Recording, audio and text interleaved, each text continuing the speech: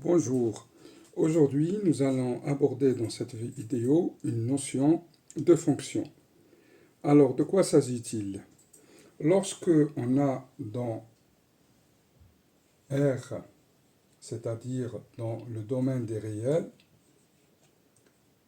une relation entre les nombres qu'on note toujours x et un résultat qui est en fonction de ce nombre-là, f de x, dans ce cas-là, on parle de fonction f.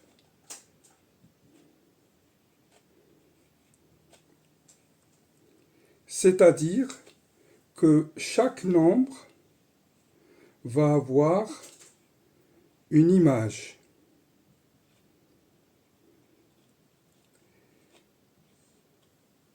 Et chaque image va correspondre à un nombre appelé antécédent.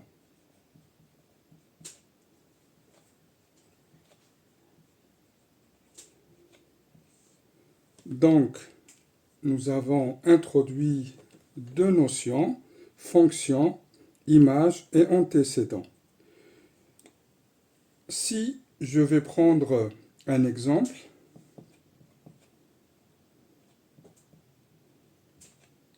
on vous a parlé des droites affines et on vous a fait tracer des droites en choisissant les abscisses et les ordonnées, en mettant les points correspondants, c'est-à-dire une fonction telle que f de x égale, par exemple, 2x plus 1.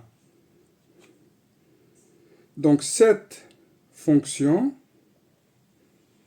va représenter une fonction affine et sa représentation peut être traduite sur un schéma. Pour cela, on choisit un repère. Pourquoi un repère? Parce qu'on n'a plus un seul nombre qui est x, donc qui va de moins l'infini jusqu'à plus l'infini, mais aussi on a son image. Donc son image, comment on va faire? On va choisir un deuxième axe, généralement perpendiculaire à celui-ci, et on l'appelle l'axe f de x. Et à chaque x, on va représenter une image. Mais avant, il faudrait quelque chose qui est l'unité. Donc on va partager notre axe en une unité. Et comme on lui donne un sens, on va choisir un vecteur U, qui est l'unité. Et 0 ici. Donc là, ça sera 1. Là, ça sera 2, etc. De la même manière, avec f de x, on va faire la même chose pour qu'on puisse trouver nos marques. Alors, que représente l'image et son antécédent? Donc, on commence à représenter x. Par exemple, pour x égale à 1, je calcule f de x. Qu'est-ce que je fais? Je prends cette valeur x et je la remplace ici. Donc, ça sera 2 fois 1 plus 1. Donc, c'est celui-là, le x, il est égal à 1. Donc, ça sera égal, 2 fois 1, c'est 2, plus 1, ça fait 3. Donc, x égale à 1 et f de x égale à 3 va représenter un point. Donc, x égale à 1, 1, 2, 3. Donc, comment je fais? Je vais tracer la parallèle à l'axe de f de x.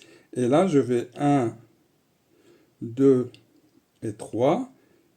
Et l'intersection va me donner le premier point. Le deuxième, puisque je sais que c'est une droite, il me faut au moins 2 points pour pouvoir tracer la droite. Donc, je vais donner une deuxième valeur.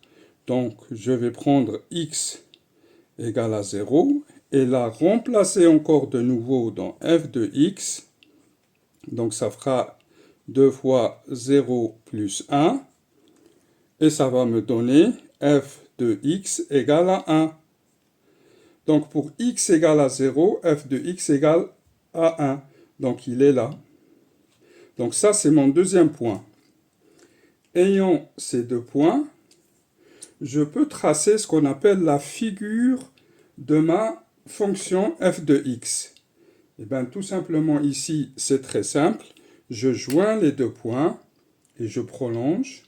Donc je joins ce segment. Donc il faut le faire à la règle. Mais je peux. Voilà. Et je vais voir pour quel point f de x, elle coupe l'axe des y. C'est-à-dire pour quel point f de x égale à 0. Donc ça sera 2x plus 1 égale à 0. Je remplace. Donc 2x égale à moins 1. Et là, je résous 2x. Je divise par 2 les deux membres. Donc x égale à moins 1 demi. Donc là, si je veux être très précis, je sais qu'à moins 1 demi, elle va couper mon axe des x. Et je la trace exactement comme ça avec 3 points. Donc là, c'est moins 1 demi. X égale à moins 1 demi.